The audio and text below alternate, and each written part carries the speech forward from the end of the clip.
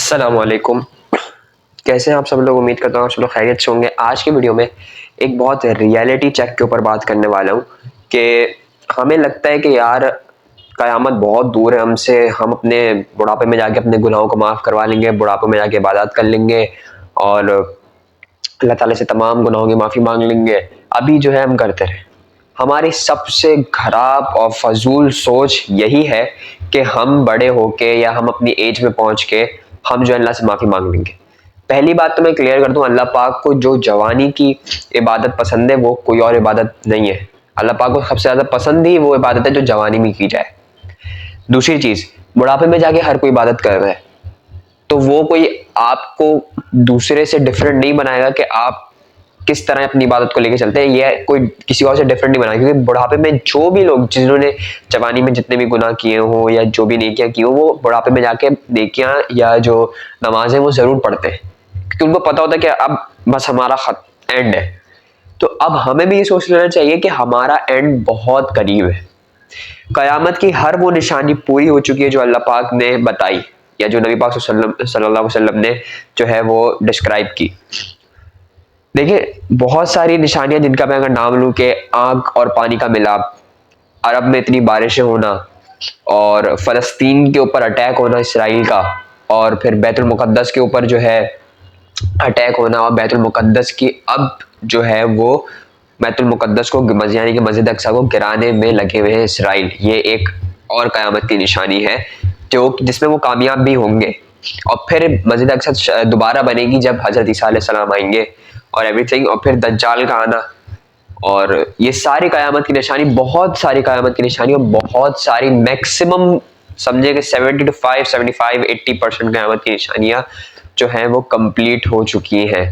तो अब हमें समझ जाना चाहिए कि हम कहाँ स्टैंड कर रहे हैं। हम उस पोजीशन में स्टैंड कर रहे हैं जब हमारा क़यामत और हमारा एंड बहुत करीब है। हमें नहीं पता हम क़यामत तक जिंदा रहेंगे नहीं रहेंगे, या हम उससे पहले ही जो है वो इस दुनिया से रुखसत हो जाएंगे। हमें नहीं पता कि हम उन मुजाहिदीन में शामिल होंगे जो कि हज़रत ईसा अलैहिस्सलाम की लश्कर में होंगे और हज़रत इमाम मेहदी अलैहिस्सलाम की जो है फ़ौज में होंगे। हमें नहीं पता हम उन मुजाहिदीन में से होंगे या नहीं होंगे, या हमें ये भी नहीं पता कि हम दज्जाल के फितने वाले दौर में होंगे या नहीं होंगे, हमें नहीं पता। और मैं समझता हूँ कि वो बहुत लकी इंसान होगा, वो बहुत लकी लोग होंगे जो कि दज्जाल के फितने से पहले पहले इस दुनिया से रुखसत हो जाए। क्यों?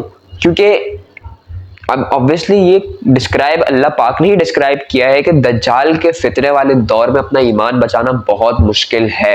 ये अल्लाह पाक कह रहे हैं, ये है, ये फैक्ट है। तो हम इसको झुटला नहीं सकते। हम नहीं बोल सकते अगर हम बहुत आराम से अपना ईमान बचा लेंगे। हम अभी देख लें, अभी दज्जाल का भी हमें नहीं पता कि अभी दज्जाल आया नहीं आया, हमें नहीं पता, लेकिन आप अभी से ही देख लें कि हमारा ईमान कहाँ स्टैंड करता है, हम अपना ईमान कितना बचा पा रहे हैं और हम अपना ईमान को कितना स्ट्रांग है हमारा ईमान। हम छोटी छोटी सी बातों पे मैं एग्जांपल दे देता हूँ कि भाई मैंने जैसे अपनी पिछली वीडियोस में कहा था कि ये रिवायती रस्मियात जो होती हैं शादी के ऊपर, या बर्थडे मेकिंग इन इस्लाम, और बर्थडे मनाना, और जो है वो क्या नाम है गाने सुनना, म्यूजिक सुनना। गाने और म्यूजिक में फ़र्क है, एक झलक किसी और वीडियो में समझाऊंगा। म्यूजिक हराम है जैसे, और हम रेगुलरली म्यूजिक सुन रहे हैं। इसी तरह से अभी फलस्तीन के ऊपर ही हमारा ईमान देख लें, कितने लोग KFC आ जाके अभी भी खा रहे हैं, मैकडॉनल्ड्स जा रहे हैं, इसराइल प्रोडक्ट का बायकॉट नहीं कर रहे। तो ये हमारा ईमान है। हमारा ईमान मैं समझता हूँ कुछ भी नहीं है, ये एक फैक्ट है, इसको मान लें। इस पर बुरा मनाने वाली बात नहीं है कि मैं अगर यहाँ ये बोल रहा हूँ कि हमारा ईमान स्ट्रांग नहीं है। हमें सिर्फ एक मुसलमान का लक़ब मिला हुआ है हमारे माँ बाप की वजह से। हमारे अंदर मुसलमान वाली क्या क्या खूबी है हमें नहीं पता। हम समझ ही नहीं पा रहे हमारे अंदर मुसलमान वाली क्या खूबियत है। हम अंडरस्टैंड ही नहीं कर रहे कि यार हम वाकई मुसलमान हैं या नहीं। ये तो हमारी खुशकिस्मती है कि अल्लाह पाक ने हमें मुसलमान घराने में पैदा कर दिया तो हम मुसलमान कहलाते हैं। लेकिन क्या हमारे अंदर से कुछ ऐसी चीजें हैं जिससे हम मुसलमान कहलाने के लायक भी हो? क्या हम नमाजें पढ़ते हैं? कितने लोग हैं जो दुनिया में जो 5 वक्त की नमाज नहीं पढ़ते, और बहुत सारे लोग जो नमाज पढ़ते ही नहीं है। बहुत सारे लोग कुरान की तिलावत ही नहीं करते, रमजानों में जाके कुरान निकालते, और कुछ लोग रमजान में भी नहीं निकालते।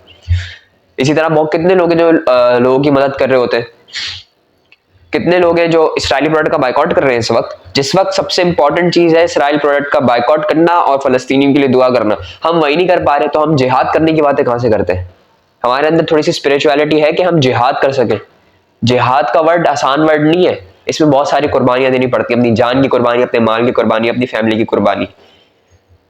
आसान वर्ड नहीं है। हमसे जब इस्राइली प्रोडक्ट का बायकॉट नहीं हो रहा, हमसे दुआएं नहीं हो रही, तो हम किस तरह बोल सकते हैं कि यार हम जिहाद के लिए तैयार हैं, हम जिहाद कर सकते हैं, हमारा ईमान बहुत स्ट्रांग है? कैसे?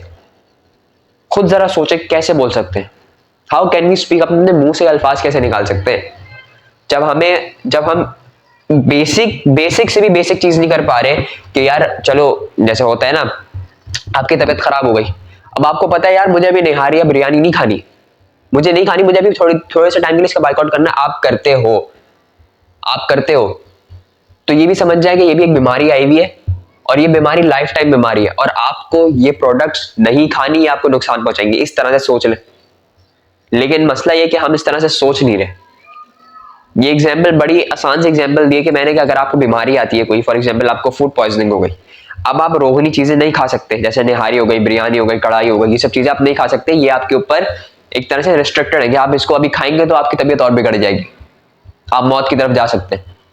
तो आप उसका बाइकआउट करते हैं, कुछ टाइम के लिए करते हैं ना, तबीयत ठीक हो जाती है, खाना शुरू कर देते हैं। लेकिन ये एक ऐसी बीमारी है, यानी कि फलस्तीन और इसराइल का जो कॉन्फ्लिक्ट है, कि ये लाइफ टाइम बीमारी है। अब किसी को और कैंसर की बीमारी हो जाती है, लाइफ टाइम बीमारी है, अब उसमें जो एहतियात होती है वो उसको लाइफ टाइम के लिए करनी होती है। तो आप यही समझ जाए कि हम भी उस स्टेज पे खड़े हैं कि हमारा मौत का वक्त बहुत करीब है, हमें एक लाइफ टाइम बीमारी आई हुई है जिसका हम, और जिसमें जो पॉइजनस चीजें हमें उसका बाइकआउट करना है, और उसमें पॉइजनस चीजें क्या है? Israeli products. तो इस चीज को समझे, इस तरह से इस चीज को लेके चले कि यार हम मौत के करीब खड़े हुए, फॉर एग्जाम्पल हम कैंसर के पेशेंट हैं, हम मौत के करीब खड़े हुए और हमें इन चीजों की एहतियात करनी है, और वो एहतियात क्या है? इसराइली प्रोडक्ट का बाइकआउट। तो आप बड़े आराम से आप ये काम कर पाएंगे। तो हमारा असल में मसला है कि हम ये समझ ही नहीं पा रहे कि हम मौत के बहुत करीब हैं। हम समझ रहे हैं यार अभी तो जिंदगी पड़ी है, 80 साल पड़े, अभी तो 100 साल पड़े, 100 साल जिएंगे इंशाल्लाह, और 100 साल के हो जाएंगे तो अल्लाह से पाक से माफी मांगेंगे, अल्लाह पाक माफ कर देंगे, जन्नत में भेज देंगे। ऐसा नहीं होगा। अल्लाह पाक ने जरूर बोला है कि वो जन्नत में बहुत सारे मुसलमानों को भेजेंगे, नबी पाक सल्लल्लाहु अलैहि वसल्लम जो है वो आके हमारी सिफारिश करेंगे, हम जन्नत में जाएंगे। लेकिन उसके लिए अमाल होना जरूरी है। ये नहीं कि आपके अमाल ही नहीं है, आपकी नेकियां जाया हो चुकी है, तो आप कैसे जन्नत में जाओगे? सोचो। अभी तो बड़ा वो हो रहा है ना कि यार मैं तो नेस्ले का पानी पीता हूँ और मैं नेस्ले का जूस पीता हूँ, मुझसे नहीं रहा जाता, KFC खाए बगैर मैं जी नहीं सकता, मैकडोनल्ड खाए बगैर मैं जी नहीं सकता। उस दिन जब तुम्हारे जो इतना गरम गरम पानी जब तुम्हें पिलाया जाएगा ना, तुम्हारा गोश्त पिघल के गिरेगा बाल्टियों के अंदर, फिर तुम्हें एहसास होगा कि वो दिन, और उसकी फिर कोई माफी नहीं होगी, जहन्नम में जाके फिर कोई माफी नहीं है, और वो चीज तुम्हारे साथ बार बार रिपीट होती जाएगी, होती जाएगी, होती जाएगी, तुम अजियत में रहोगे रहोगे रहोगे। सोचो तो, जब इतना तुम्हें सजा बता दी गई, तुम्हें जो है वो सारी चीजें बता दी गई कि यार जन्नत में जाने के लिए क्या क्या करना है, सारे सवालों के जवाब बता दिए। 3 मेन सवाल है ना कब्र के अंदर, मन रब्बू का, मन दीनों का, मन रसूलू का। जवाब भी बता दिए, तुम्हारा रब कौन है? तुम्हारा रब अल्लाह है। तुम्हारा दीन कौन है? तुम्हारा दीन इस्लाम है। तुम्हारा रसूल कौन है? तुम्हारा रसूल नबी पाक सल्लल्लाहु अलैहि वसल्लम है। इम्तिहान होता है ना, जवाब हमें नहीं पता होते, पेपर आता है, क्वेश्चन पेपर, ठीक है, हमें नहीं पता कि यार क्या क्वेश्चन आ रहा है। ये एक ऐसा इम्तिहान है जहां पे हमें पता है कि क्या क्वेश्चन है और उसका क्या आंसर है, हमें पता, और हमें ये भी पता है कि कौन से स्टेज पे कौन सा सवाल आने वाला है। हमें पता है जब हम कब्र में जाएंगे तो हमसे ये सवाल होगा, हम जब आगे जाएंगे मैदान हशर में जाएंगे तो हमसे क्या क्या सवाल पूछे जाएंगे, क्या क्या, हमें फिर क्या रिजल्ट दिया जाएगा, हमें सब पता है। और फिर भी अगर हम इस टेस्ट में, इस एग्जाम में फेल हो जाते तो फिर हम तो हलाक होने वालों में से, हम कामयाब लोग नहीं है। हम बोलते हैं ना यार कामयाब हूं मैं, पैसा कमा लिया मैंने, मैं कामयाब हूं, मैंने घर बना लिया, मैंने गाड़ी खरीद ली, मैंने शादी कर ली, मैं कामयाब बनता हूं। नहीं कामयाब हो भाई आप। आपने नमाजें पढ़ी, आपने ये जो एग्जाम आपका होगा आखिरत में, आपने इसकी तैयारी की, क्या आपको इसके सवालों के जवाब आते हैं? क्या आप अपना ईमान बचा पा रहे हैं? क्या आप अपने ईमान पे स्ट्रांग हैं? पहले इन सवालों के जवाब आइडेंटिफाई कर ले, फिर आपको पता चलेगा आप कितने कामयाब हैं और कितने कामयाब नहीं है। तो मौत की तैयारी कर लें, मौत की तैयारी कर लें। मौत बहुत करीब है, हम अंदाजा नहीं लगा सकते कितना कयामत हमसे करीब है। हर बढ़ता दिन हमें कयामत के करीब करीब लेके जा रहा है, क्योंकि साइंस ऐसे अब आ गए हैं, वो निशानियां पूरी हो गई है कि कयामत बहुत करीब है। ये हमें खुद समझ जाना चाहिए। हमारे के जो लोग हैं ना, वो दीन को नहीं समझ रहे यार। यूट्यूब पे इतने लेक्चर्स पढ़े, डॉक्टर सरार अहमद लगता है कि अभी जी रहे हैं वो, उनकी बातें, उनकी प्रोडिक्शन ऐसी थी कि ऐसा लगता है कि वो अभी भी दुनिया में है। तो उनकी जाके लेक्चर सुने, डॉक्टर जाकिर नाइक है, मुफ्ती मेंक है, उसके बाद जो है मुफ्ती तारिक मसूद साहब है, कितने स्कॉलर्स हैं, और आप तोहा इब्न जलील और राजा ज़ियाउल हक, ये लोग कितने मतलब क्वालिफाइड स्कॉलर्स हैं और कितने लोगों को इन्होंने अप्रोच किया है। तो इनके जाके लेक्चर सुने, आपको पता चले दीन क्या है, दीन को समझे, अपने ईमान को मजबूत करें। अगर जन्नत में जाना है ना तो ये काम करने पड़ेंगे। अगर मौत, एक आसान मौत चाहिए ना, तो ये सब काम करने पड़ेंगे। दीन को समझना पड़ेगा, नमाजें पढ़नी पड़ेंगी, कुरान की तिलावत करनी पड़ेगी, और लोगों को पहुंचाना भी होगा दीन। तो मौत को ना, मौत से डरना चाहिए, बिल्कुल डरना चाहिए, लेकिन मौत से वो शख्स बहुत ज्यादा डरता है जिसने गुनाह किए हुए। और एक शख्स वो भी होता है जो मौत से डरता भी है, लेकिन वो कहता है कि यार मेरे पास मौत आएगी तो मैं इस दुनिया से ज्यादा अच्छी जगह पे चला जाऊंगा। और वो इंसान कौन होता है? वो इंसान होता है जिसने दुनिया में नेकियां की हुई होती है, जिसने दुनिया में दीन को समझा हुआ होता है, जिसने दुनिया में जो इबादत की हुई होती है, वो इंसान होता है जिसको पता होता है कि यार जब मैं यहां से जाऊंगा तो मैं, अल्लाह पाक मुझे यकीनन अच्छी जगह पे भेजेंगे, क्योंकि मैंने यहाँ पे अच्छे काम किए, क्योंकि मैंने यहाँ पे अल्लाह का पैगाम दूसरों को पहुंचाया है। तो अपने अपने बेसिस के ऊपर दीन को समझे, बहुत इंपॉर्टेंट है, और उसको आगे पहुंचाएं भी। जितना दीन समझ आता है, जितनी नॉलेज है वो पहुंचाएं। हाँ, और जो नॉलेज नहीं वो किसी को नहीं बताएं, क्योंकि फिर वो आपके ऊपर बात आएगी, आप कि आपने दूसरे को गलत नॉलेज बता दी तो वो अमल कर रहा है, तो सारा गुनाह आपके सर पे आएंगे। तो जो नहीं पता वो नहीं बताएं, जो पता है वो जरूर पहुंचाएं, एक्यूरेट बातें जरूर पहुंचाएं। और एक बड़ा अच्छा तरीका इस्लाम पहुंचाने का, इंस्टाग्राम की रील्स पे इतनी सारी जो इस्लामी बातें आ रही होती हैं, तो आप उन रील्स को उठाकर अपनी स्टोरी पे लगाएं या दूसरों को भेजें। बहुत अच्छा तरीका है इस्लाम पहुंचाने का। जरूरी नहीं कि मेरी तरह या मुफ्ती तारिक मसूद की तरह या तोहा इब्न जलील की तरह, या एक और जो है यंग हमारे यंगस्टर हैं हमजा शेख साहब, जो है वो भी 21 या 18 ईयर्स के, वो भी इसी तरह की वीडियोस बनाते हैं। तो जरूरी नहीं कि आप इस तरह फेस टू फेस आके लोगों को इस्लाम पहुंचाए। इस तरह आगे पहुंचाना एक अच्छी बात है, या किसी को इंडिविजुअली पहुंचाना अच्छी बात है, लेकिन आप इस तरह से भी इस्लाम को पहुंचा सकते हैं कि अपनी जो वो इस्लामिक स्टोरीज हैं, या जो मैं क्या मतलब जो इंस्टाग्राम पे रील्स आती है इस्लामिक, वो आप स्टोरीज पे लगाएं या दूसरों को आगे फॉरवर्ड करें। उस तरह से भी इस्लाम पहुंचा सकते हैं, आपको बिल्कुल सवाब मिलेगा। तो अब कुछ चीज़ों पर ना मैं कंक्लूजन कर रहा हूँ कि ये बात जहन में बिठा लें, मौत बहुत करीब है आपके। आपको नहीं पता कि आप कयामत तक जिएंगे या आप दज्जाली फितने तक जिएंगे, या आप हजरत ईसा अलैहि सलाम के आने तक जिएंगे, आपको नहीं पता। आपको सिर्फ इतना पता होना चाहिए कि आपकी मौत आपसे बहुत करीब है, और दुआ करें कि आपकी मौत के वक्त आपको कलमा तैयब नसीब हो, और दुआ करें कि आप दज्जाल के फितने से पहले पहले उठ जाएं, क्योंकि दज्जाल का फितने का दौर बहुत मुश्किल दौर होगा।